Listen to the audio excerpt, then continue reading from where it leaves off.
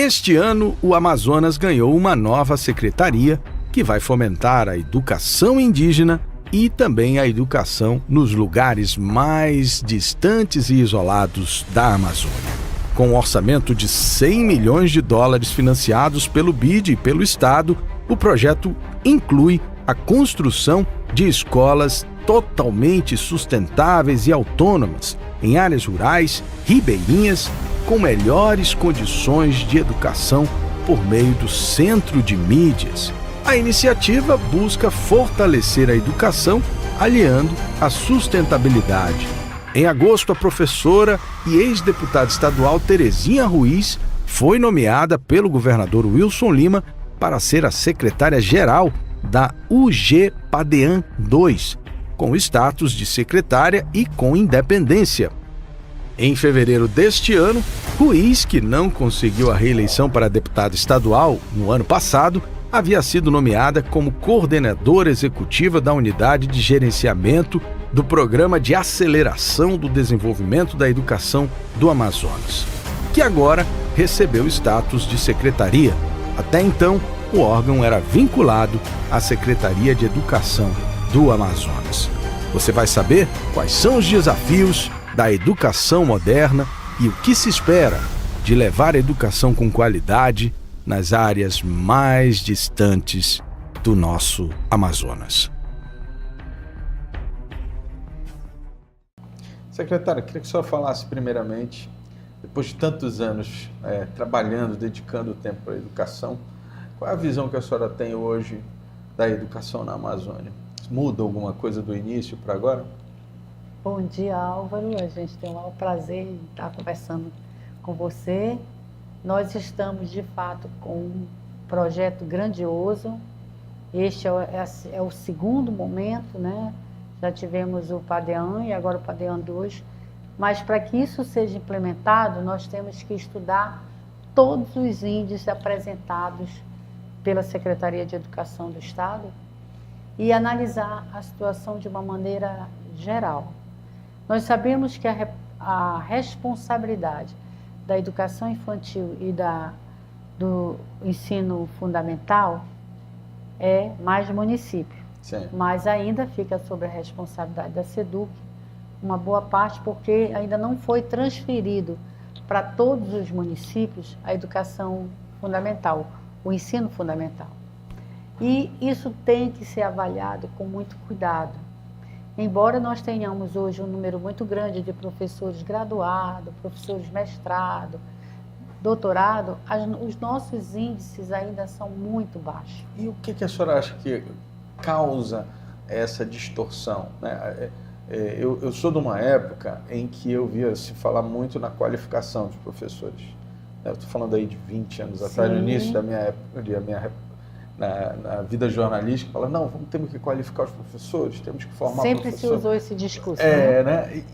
Hoje não é esse o problema. Pois é, qual é? Porque hoje nós temos muitos professores, doutores, inclusive, especialistas em educação. Aqui mesmo eu tenho uma equipe de 3 professores doutores que trabalham a parte pedagógica.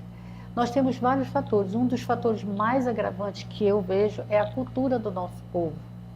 Eles se movimentam muito, vão de um município para outro, por qualquer motivo tira o filho da escola. A alfabetização, ela tem que ser uma prioridade das prioridades, para que o nosso aluno saia de fato sabendo ler, escrever e interpretar textos, que isso é fundamental. Todo aluno que aprende isso dentro de uma sala de aula, ou até informalmente, ele não tem dificuldade na sua vida escolar. Mas a gente tem essa deficiência muito grande, principalmente nos municípios. A falta de professor, a enchente, a vazante, a escola que não está bem preparada. Digo até muitas vezes, o professor vai para aquele local porque ele aceitou, que ele não está como especialista. Nós temos que trabalhar a especialidade do professor alfabetizador. Você está falando um negócio interessante, que é um aspecto da alfabetização que poucas pessoas não compreendem, né? Todo mundo acha que a ideia trabalhar o ler e o escrever apenas. Mas a interpretação é fundamental. Hoje o que se pede muito, né, digamos assim, da formação educacional do ser humano é a capacidade dele de compreender e interpretar o ambiente que ele vive, né? Exatamente. Além daquilo que ele lê, ele saber o que ele entende daquele texto. Porque fazer uma leitura a criança vai fazer, mas ela entendeu o que ela leu. Isso tem que ser trabalhado desde os 6 anos com todas as crianças. Então a senhora acha que essa distância entre o trabalho feito pela educação no Amazonas, de ler e escrever, e essa distância que existe entre a capacidade desse jovem de fazer as interpretações, é que causou, por exemplo, essa distorção? Eu outro dia conversava com um ex-secretário e ele dizia o seguinte, que era assustador a quantidade de pessoas que consideradas analfabetos funcionais. Ainda mais agora com a internet, as pessoas não querem mais ficar numa sala de aula por muito tempo. Tem vários fatores que prejudicam. Eles não querem ficar. Houve um período que o aluno passava, não precisava ele estar totalmente preparado naquela série, naquele ano que ele estava. Então foi se passando e levando o problema lá para frente. Quando muitas vezes a gente trata... Tipo, quando acabaram a reprovação, né? Sim, quando acabaram Tinha a que reprovação, passar de qualquer vai jeito. passando. Ele vai se recuperando ao longo dos anos. Não existe isso. Porque a alfabetização é a base. É tipo a coordenação motora. Uma criança que não passa por uma educação infantil, lá na frente ela vai ter um grande problema. Ou a letra dela vai ser toda torta, ou ela não sabe definir esquerda, direita, a coordenação dela é difícil. Então, tudo são etapas que têm que ser superadas. A psicomotricidade. Né? Exatamente. E a alfabetização ela é importantíssima. Nós precisamos capacitar cada vez mais os nossos professores de alfabetização e a criança ou o jovem que não é alfabetizado na idade certa, ele precisa ser trabalhado com muita responsabilidade, para que ele não aprenda só as letras, saiba colocar algumas palavras, mas ele não consegue, às vezes, formar uma frase. É o que a gente fala, analfabeto funcional, porque ele tem uma ideia totalmente errada do que é a leitura, a escrita, o texto de uma maneira geral. Você vê hoje na internet muitos exemplos, o quanto uma vírgula modifica o sentido de uma frase e quanto os acentos gráficos modificam a palavra. Então, tem que se trabalhar, porque o nosso português ele é dinâmico, ele é muito rico em vocabulário, mas ele é muito difícil na sua gramática. Agora, a senhora acha que isso tem a ver com uma ideia de educação, uma ideia de pedagogia que se implantou no país, né? Principalmente essa ideia de que o desenvolvimento é contínuo, você não pode reprovar, você não pode... ou isso tem a ver, talvez, com uma tentativa de adaptar aquilo que a gente entende como educação formal a uma realidade cultural. Porque, assim, inclusive o Paulo Freire falava um pouco disso, né? Quando ele tratava da questão da educação de adultos, né? Dizia, você tem que usar palavras daquele contexto, você tem que adaptar, porque senão a pessoa tem dificuldades no aprendizado. A senhora acha que isso tem a ver, isso talvez tenha contribuído para esse cenário que a gente está hoje? Com certeza. Nós temos muitos fatores que atrapalharam para que nossos alunos realmente não tenham toda essa dificuldade. E um dos fatores que dentro da área urbana, você consegue medir, mensurar bastante o problema e superar as dificuldades. O nosso maior problema é no nosso interior, porque lá, às vezes, o pai e a mãe não podem ajudar, são analfabetos, ou apenas conhecem um pouco das letras. Enquanto que aqui na cidade você tem as opções de colocar para um reforço, colocar num curso, a mãe já sabe bem e vai ajudar. Isso é social, gente. Nós precisamos convocar toda a sociedade, tem que mostrar da importância que é o aluno saber ler e escrever até o 4º ano.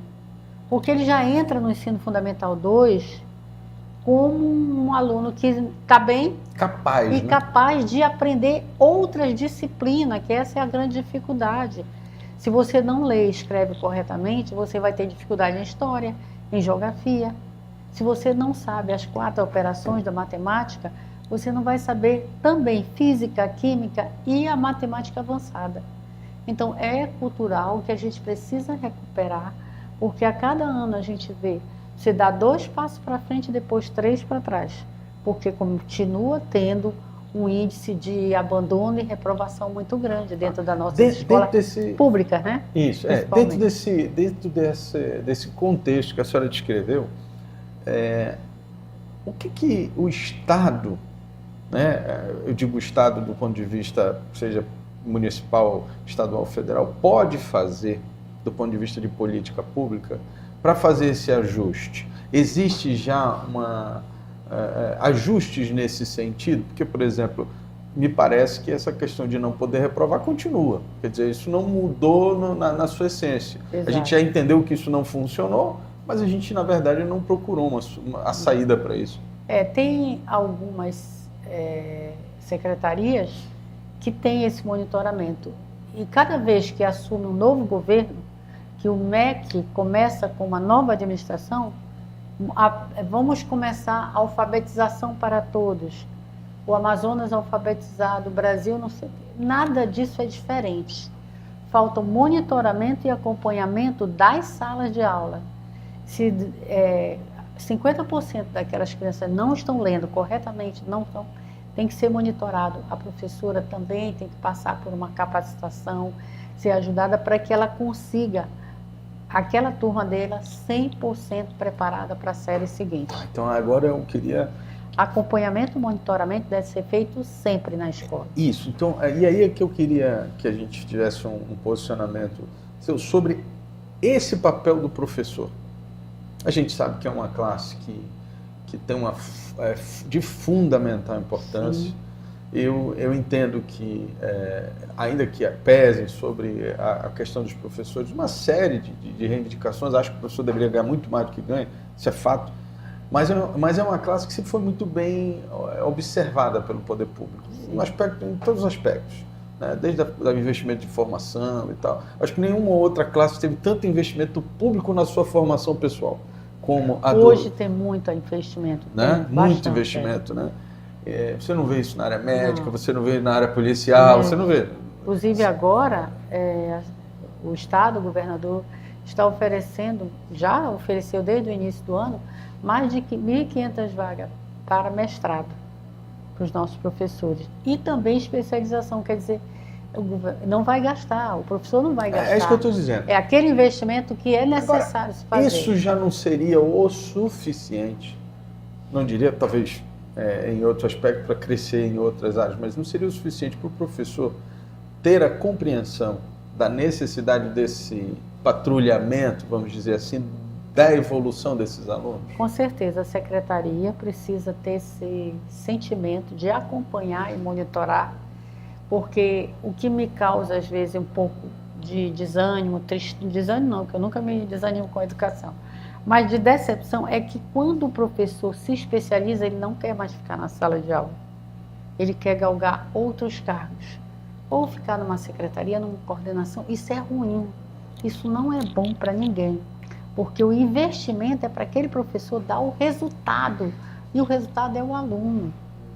Então é preciso ter esse acompanhamento das secretarias, do governo, das prefeituras, para que os nossos colegas realmente utilizem todo aquele aprendizado em função da melhoria e da qualidade do aprendizado do aluno. Senão nós vamos ficar nessa rotina, prepara, investe, mas não tem a continuidade que nós necessitamos. Não entrega na sala de aula. Isso é um problema que a secretaria tem enfrentado e muito mais nas disciplinas que hoje também já nós não temos com tanta facilidade. Curso de Química, de Física, que praticamente não tem alunos para formar turmas, né? É mesmo? Existe essa grande dificuldade. E quando chega para os municípios, às vezes o aluno passa o ano todo sem aquela disciplina. Porque não tem professor. É preciso no final do ano, porque não tem professor que queira ir, ou que não passou no concurso, que foi feito vários concursos e às vezes não tem resultado. Então, é uma preocupação, é preciso convocar a sociedade, então, não só o professor, porque tudo a gente diz, o professor, como você mesmo falou, hoje o professor tem 1.001 oportunidades. Tem as bolsas universitárias, tem os cursos oferecidos pelo governo, as faculdades que facilitam muito o pagamento, que recebe, que dão um desconto muitas vezes, mas eles também precisam ter essa consciência do que a gente tem que cumprir, que é melhorar cada vez mais a educação das crianças. É um assunto delicado, mas eu queria que a senhora tocasse um pouco nisso também, dentro da sua possibilidade, claro. É que às vezes a gente tem a ideia, pelo menos é o que a gente consegue sentir, é que existe um pouco de ideologia na forma como esse professor quer conduzir dentro da sala de aula. Essa coisa da liberdade, de o aluno, né, o pensamento livre, que são coisas razoavelmente boas, importantes da gente estimular. Só que me parece que na hora do controle, né, da responsabilização, da disciplina, esse professor ele meio que é um pouco pé atrás com esse tipo de, não sei se é pedagogia, mas é desse tipo de conduta dentro da sala de aula. É porque nós temos que fazer uma definição de criança, jovem e adultos. Tem momento que você não pode falar para uma criança que você fala para um jovem, né? Então o professor tem que se preparar muito na hora que ele precisa dar uma explicação para o aluno. Assim como os pais hoje eles têm tido alguma dificuldade quando as crianças chegam com umas perguntas assim que você fica assustado. Sim. A gente só tem 4, 5 anos e já está me perguntando isso, mas para tudo tem que se dar uma resposta dentro da faixa etária que aquele jovem ou aquela criança tem. Eu não posso explicar para uma criança de 5 anos que eu vou explicar para um jovem de 16, 17 anos. E o professor ele tem que estar preparado para isso, porque ele tem um papel fundamental, tanto na infância quanto na adolescência. Sim. O aluno, ele acredita no professor, ele sabe que aquela pessoa sabe mais do que ele. E ele é o ídolo, o professor é o ídolo do aluno. Então ele tem que ser seguro e sem precisar, muitas vezes, ser tão claro, porque aquela criança não tem idade, não maturidade, talvez não tenha até a educação familiar, né, apropriada para ajudá-lo. É complicado, esse é um momento complicado. Eu digo muito lá em casa, na minha casa, para meus filhos, que eu não gostaria de, nesse momento, estar no lugar deles, pela dificuldade que a gente enfrenta hoje de tratar dos assuntos que foram muito escancarados. Não é para esconder, não é para botar para debaixo do tapete, mas é para ter maturidade e falar na hora certa, com as palavras corretas. Porque dá para a gente fazer isso. Pois é, mas aí eu quero fazer uma pergunta. A senhora acha que um professor, ele tem a atribuição de tratar, por exemplo, de sexualidade com crianças? Ainda não. Depende da sala de aula dele. É como eu lhe falei, ele não precisa dar todas as explicações, mas ele pode informar de uma maneira pedagogicamente correta, sem dizer quais são as suas convicções. Sejam elas para a direita ou para a esquerda, não importa. Não importa. Eu acho que a política não deve ser tratada na escola. Eu acho não, tenho certeza. Porque aquela criança, aquele jovem, ele vai ter essa oportunidade lá na frente. A política partidária, ela nem sempre ela ajuda. Muitas vezes acaba um fanatismo tão grande que já vem da casa se juntar com o professor, isso vai causar problemas sérios. E a gente vê muito isso nos países desenvolvidos, que aquele jovem que já se transforma em nazista, que já se transforma em... Não, tem porque houve um choque. Crianças se identificando como animais, isso, né, na Inglaterra. É um choque de informações. O que ele recebe em casa, não é o que ele está indo na escola. Por isso que é muito importante o pai estar junto com o professor, ir à escola, conversar com os pedagogos, para trocar ideias. Não para se desentenderem, mas para que eles entendam, olha, lá em casa a gente trabalha assim, assim, e o professor já está preparado para isso. A noção até onde ele pode ir. Porque a escola é uma complementação da educação, e a educação primitiva, aquela que o pai precisa educar, começa dentro da sua casa. Eu fiquei muito assustado, né? E a gente fica assustado com as notícias que vêm muitas de fora. Graças a Deus, nem todas, muitas delas não são no Brasil. Mas a gente teve um episódio recente do Cavalinho Taradão, né? Que foi numa escola, é um funk, né? Uma música nacional, e ele estava apresentando aquilo ali para um grupo enorme de crianças, na faixa ali dos 5, 6 anos de idade. As crianças visivelmente sem saber entender a mensagem, muito mais afeitas ao ao cavalinho, né, que é um objeto tem coisa até que lúdico, perturba.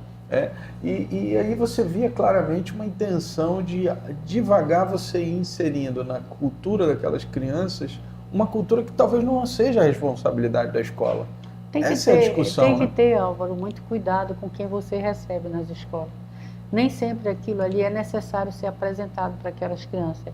Então, muitas vezes, quando a diretora se preocupa, ela faz contato com a secretaria, olha, está acontecendo isso, e isso é necessário, porque o que pode ser uma coisa simples se transformar em algo que venha até retardar a compreensão dos alunos, porque eles vão querer saber de alguém o que era aquilo.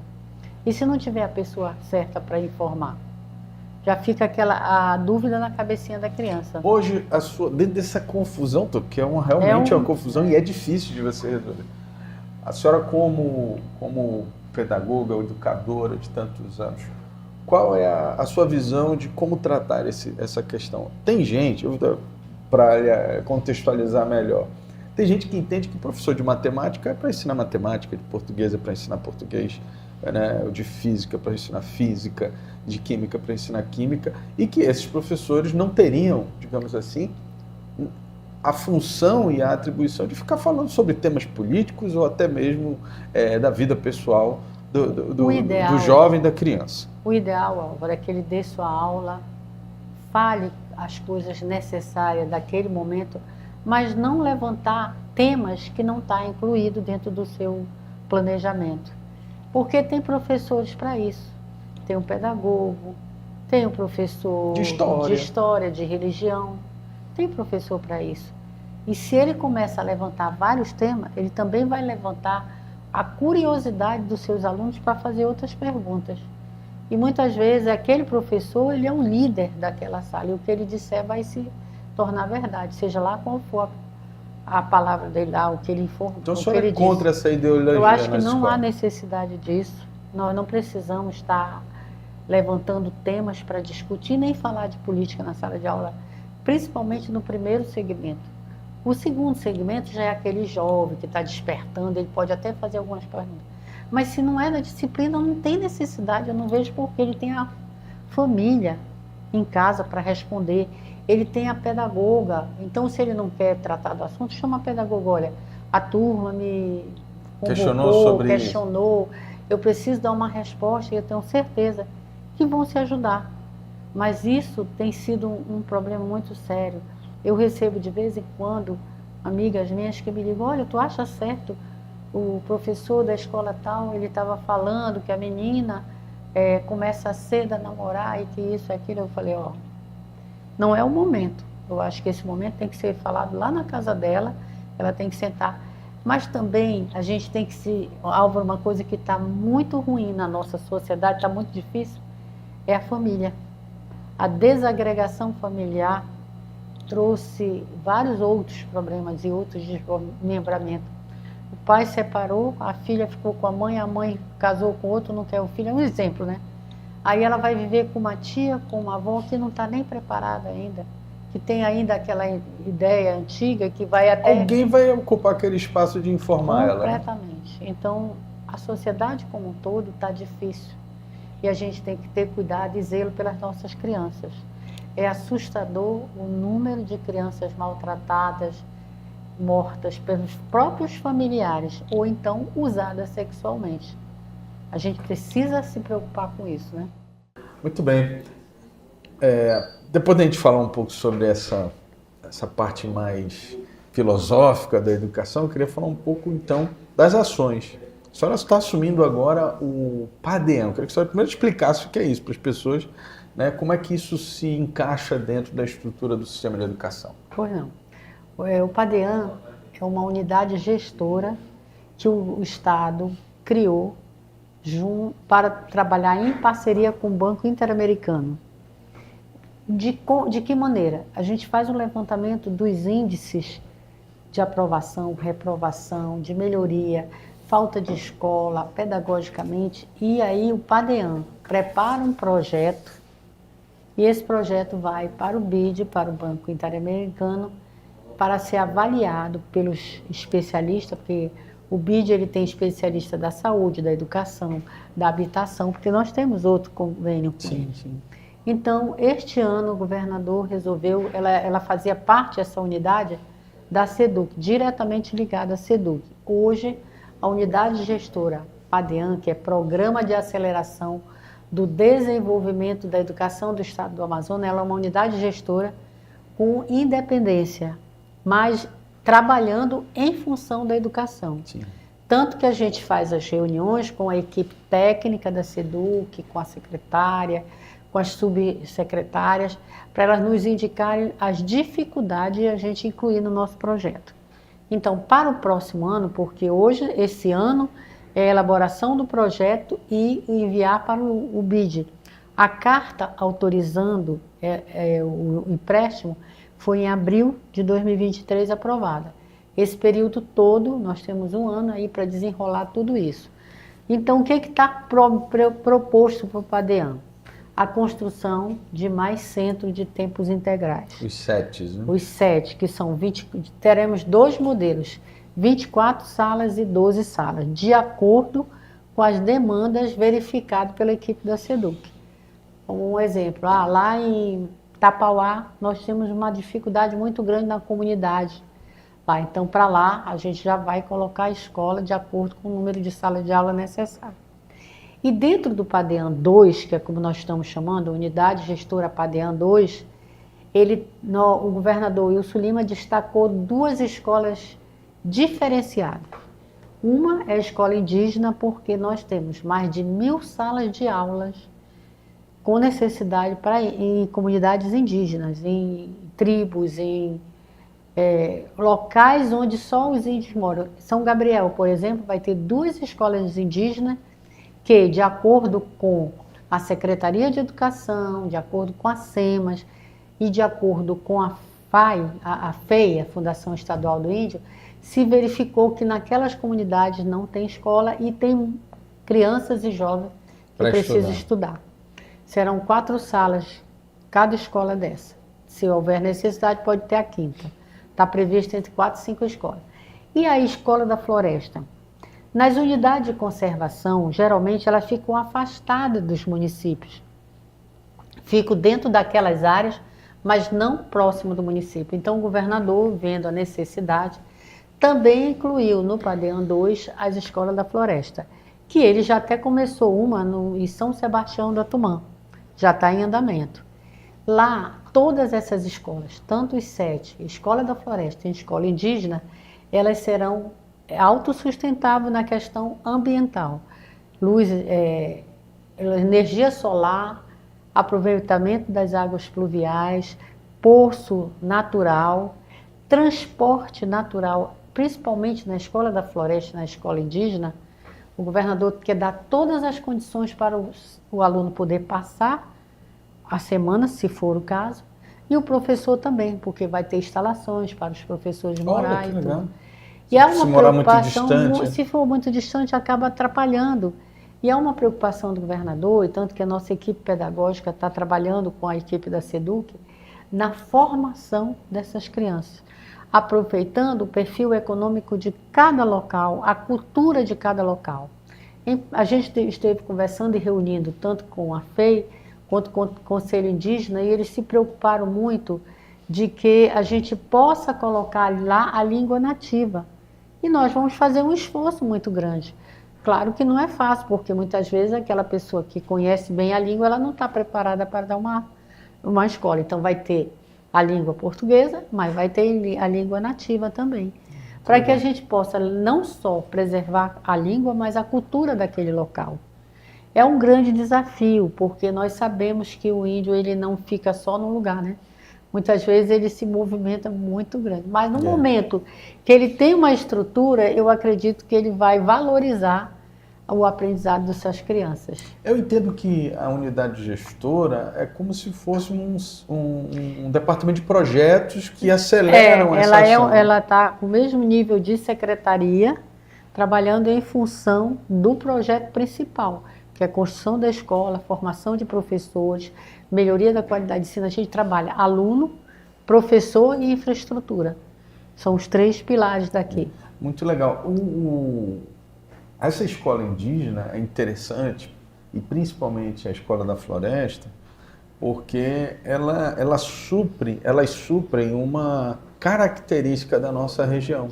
Sim, isso é Né? fundamental, Porque assim, eu viajei um pouco pelo Alto Solimões e uma das coisas que eu mais verifiquei foi que essas comunidades, as comunidades, elas estão distantes da sede e muitas das vezes elas só têm aquilo ali, né? Só. E eu visitei comunidades indígenas que tinham uma sala de aula dentro da comunidade indígena. Precária, mas era uma sala. A própria SEDUC, ela colocou a mediação tecnológica em muitos municípios, né?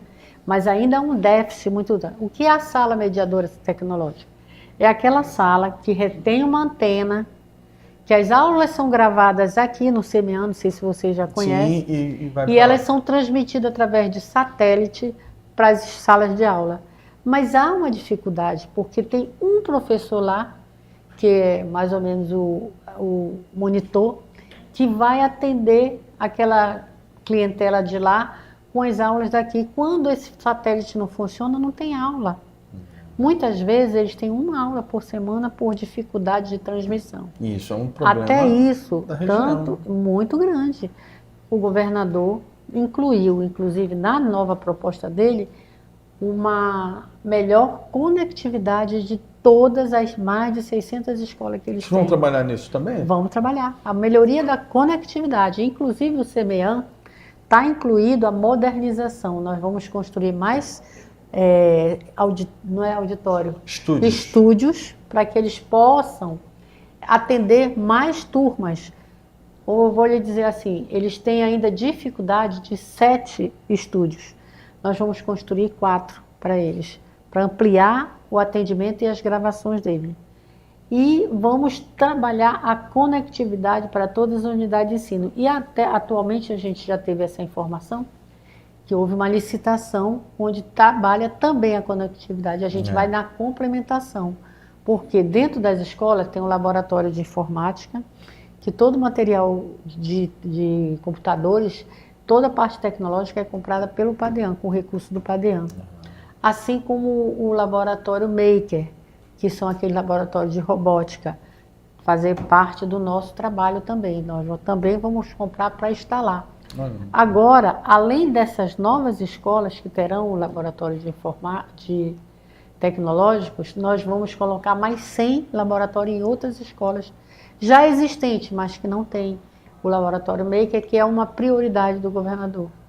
Então isso vai expandir, vai dar novas oportunidades, o aluno criar, aprender como é que ele trabalha com a robótica. Eu quando vi o projeto da Escola da Floresta, eu fiquei entusiasmado porque eu vi ali uma possibilidade muito interessante. Quando a gente fala autossustentável, nós estamos falando, as pessoas têm que entender. No meio do nada, essa escola ela vai funcionar sem precisar contato com nenhuma cidade, né? Até para diminuir os problemas que se tem nas escolas. Da evasão. Da rede elétrica, da evasão. Se a gente colocar essa estrutura lá, nós não vamos ter dificuldade da aula acontecer todos os dias. Exato, vai ter água. Né? Você não está dependendo de nenhum sistema, a luz. A SEDUC até hoje trabalha com motores geradores. E é isso que a gente está tentando tirar. Acabar, né? Acabar. Aonde puder, vai ser se colocada a energia solar. Não está aqui contemplado só as escolas novas, não. Está contemplado outras escolas. E também melhorar a questão da permanência do professor. A SEDUC já fez 2 procedimentos. Ela fez concurso para professores indígenas, processo seletivo e não conseguiu completar as suas vagas. É mesmo? Muito difícil. O professor, às vezes, não quer ir para as comunidades distantes. Faz o concurso, quando chama para ir para a comunidade, eles desistem. Então, a gente tem que trabalhar essa consciência de que o professor ele tem que fazer o concurso e ir para onde foi designado, porque ele está prejudicando aqueles que quiseram fazer e não passaram e iriam para qualquer lugar. Ocuparam a vaga de alguém. Ocuparam a vaga e não conseguimos resolver a situação. Mas tem uma coisa que é muito importante a gente colocar para você, que é a nossa escola fluvial. Olha. Nós vamos fazer essa experiência as reuniões que a gente fez com alguns prefeitos, eles nos colocaram essa situação de que normalmente Tapauá foi um município, Anamã é outro. Você lembra que o Anamã ou ele está na seca ou ele está na cheia em excesso. Isso. Então essa escola flutuante é exatamente para ir para a localidade onde está tendo as maiores dificuldades. Nós vamos fazer um teste em cima de balsa para que a gente possa ter condições de atender algumas escolas que, ou pelo menos alguns lugares que tem esse momento que ou está muito cheio ou está vazio. Vou fazer um parênteses aqui para o pessoal que está nos assistindo entender que no Amazonas, na Amazônia, a vazante e a seca e a cheia, elas são dois regimes muito impactantes para as comunidades. Quando seca muito, essas comunidades que ficam no meio, vamos dizer assim, no meio da floresta, elas acabam ficando totalmente isoladas. Agora, quando tem a cheia, tem muitas cidades que são completamente submersas do rio. E é nessa condição aí que esse projeto entra, né? A gente tem visto acontecer muito em Anamã, né? Anamã, todos os anos, ele tem esse prejuízo. E quando a gente pensou, o primeiro município que veio foi Anamã. Não, e é interessante exatamente por isso, porque as pessoas não compreendem que tudo na Amazônia ela tem uma dinâmica diferente. Diferente, tudo é mais difícil. Você vê agora como é que nós estamos. Nunca se imaginou que o rio secaria tanto e que você poderia andar de moto de um município para o outro. De um município para o outro, como aconteceu. Eu já vi várias ela interfere, informações. Então, nós temos que nos renovar também, se preocupar com o futuro e procurar atender da melhor maneira os munícipes que estão passando por essa dificuldade há anos, né? Acaba ano, volta o ano e a coisa continua. Não, só um detalhe, né? Quando seca muito ou quando enche demais o rio e alaga, a aula é interrompida, né? Sim, é isso que a gente tem que dizer também. Normalmente os alunos não passam, tem aula. Às vezes até mais de 2 meses em casa, porque não tem como chegar lá. E essas soluções, elas são no sentido de... É uma solução que a gente está implementando e procurando aprender com essa escola fluvial, pelas condições que ela vai ter como se movimentar de um lugar para outro. Ela vai cobrir algumas lacunas que possam aparecer aí pelo meio do caminho. Mas não só na infraestrutura, também tem na correção de fluxo para aqueles alunos que estão atrasados, que a gente vinha falando ainda há pouco, Sim. que o aluno passou de... Também existe investimento para isso. Também na formação continuada do professor, aquele professor que não deu um bom resultado. Então vai ter capacitação, treinamento para esses professores também. Agora então tem vários investimentos. Eu vejo claramente que tem um gargalo que é a carreira de professor mesmo, né? Muito grande. Eu vi algumas reportagens, eu não quero acreditar que isso vai continuar acontecendo, que o curso de pedagogia estava sendo pouco procurado. Mas se a gente verificar, hoje é uma das profissões que sempre precisa se repor o professor. E se você fizer uma comparação com o salário de algumas empresas, ainda o professor, se ele tiver 40 horas, ele tem um salário razoavelmente bom. Se ele tiver uma formação, por exemplo, no plano de carreira da SEDUC, ela valoriza muito o mestrado e o doutorado. O professor tem uma valorização. Claro que nos municípios isso é mais difícil, mas se pensar de que é um trabalho contínuo, você não vai ficar desempregado. Agora, a senhora falou um negócio nisso da entrevista que eu acho que tem que ficar muito claro, né? O mestre e o doutor têm que entender a vocação dele, Sim. né? Ele não pode achar que ele chegou no Olimpo e ali ele não tem mais que ir para a sala de aula conversar com os alunos. Na verdade, é ele que tinha que estar lá, né? Ele precisa estar lá. E a gente sabe que são pessoas que investiram, né, quando eles fazem por conta própria, e que o aluno está ali, na ânsia de aprender, de ter uma boa formação. E a família muitas vezes acredita, né, que o professor é a salvação para aquela criança. A escola, né, no geral, sempre foi vista como uma estrutura, digamos assim, basilar, né, do cidadão. Muito grande. Mas nós vemos que o Amazonas tem avançado, tem tido investimento, isso é uma coisa que é importante se destacar. A SEDUC ofereceu, neste governo, um excelente Fundeb, a gente estava lá na Assembleia, e conversávamos muito com o governador, com o presidente da Comissão de Educação, para que os nossos professores fossem valorizados. E a coisa tem que continuar sendo entendida de que qual é a profissão onde as outras profissões passam? É o professor. Seja da educação básica, do ensino médio, que é importante se preparar o aluno já, e veja só, não sei se você já sabe, já percebeu, a maioria dos alunos não querem fazer vestibular mais, eles querem fazer um curso profissionalizante. Tá mudando, preocupação, né, de ganhar um dinheirinho. Voltou àquela época antiga que se fazia um curso técnico lá na escola. Lá dentro da escola, na né? Escola técnica, né? Que agora ela já é uma universidade. E o aluno já saía com uma profissão para depois fazer a faculdade. Existe essa preocupação porque, de fato, muitas famílias investem no jovem para depois poder ter aquele bom profissional. Bom, para a gente finalizar aqui nossa entrevista, queria voltar um pouco à parte mais pedagógica, filosófica da educação.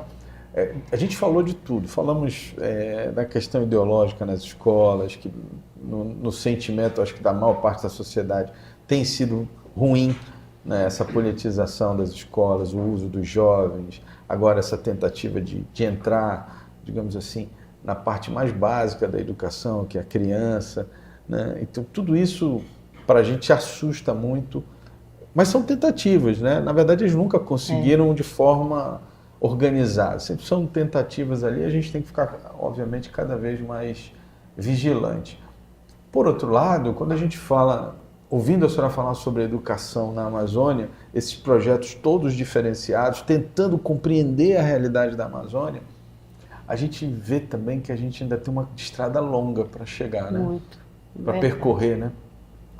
Precisamos juntar as mãos e trabalhar preocupado mesmo com a educação, de melhorar, de fazer com que ela seja uma das prioridades da política local e da família como um todo, né? Porque também tem pai e mãe que não se preocupam em levar o filho para a escola, não. Vai se quiser, né? Deixa solto. Tudo isso tem que ser trabalhado, tudo isso tem que ser feito, toda essa conscientização.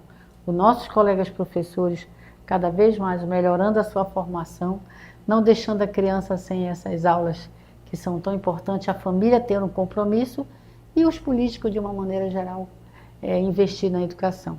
Eu acho que isso é fundamental. Secretária, eu queria agradecer mais uma vez a sua disponibilidade de conversar com a gente. A educação sempre é um tema importante e interessante porque ele fala exatamente de uma das bases da nossa sociedade, que é a formação, né, dos nossos jovens, e a formação da sociedade como um todo é resultado desse trabalho educacional. Sim. Né? E é importante a gente estar olhando o que está sendo procurado pelo governo no sentido Sim. de dar soluções para questões extremamente complexas, né? A gente falando aí de cidades inteiras isoladas, Sim. como fazer com que esses jovens não fiquem sem aula, como a gente fazer com que o calendário escolar seja cumprido dentro dessas realidades. O Brasil não conhece isso. Secretário. Não, e até tem dificuldade, porque nós tivemos uma reunião recente, o BID nos convidou para ir até o Uruguai, reunir com vários outros estados e olhar a educação. O Uruguai é pequenininho, então tudo é mais fácil lá. Eles fizeram um trabalho que vem de 10 anos para cá, que eles entregam para as crianças computadores, laptops, tablets, mas esses tablets não são roubados, não são desvirtuados da sua função. Há uma rede de entendimento. Quando chega na delegacia, eles já sabem que aquele computador é da escola, eles devolvem para a escola ou para a Secretaria de Educação. E existe mais um outro grupo que faz o conserto e adequação daquele aparelho. Eu sonho que isso aconteça aqui no nosso estado, todo mundo tenha, além da sua sala de aula, do seu professor, mas tenha as novas tecnologias para que a gente pudesse também ter uma motivação de estudar e se tornar uma pessoa importante na sociedade. Mas a gente chega lá, eu não desacredito que não pode desistir. A esperança tem que ser sempre o nosso grande motivador, né? Secretária, obrigado. Prazer mais uma vez, Alma, obrigado. Obrigada aí toda a equipe. Obrigado. Estamos à disposição.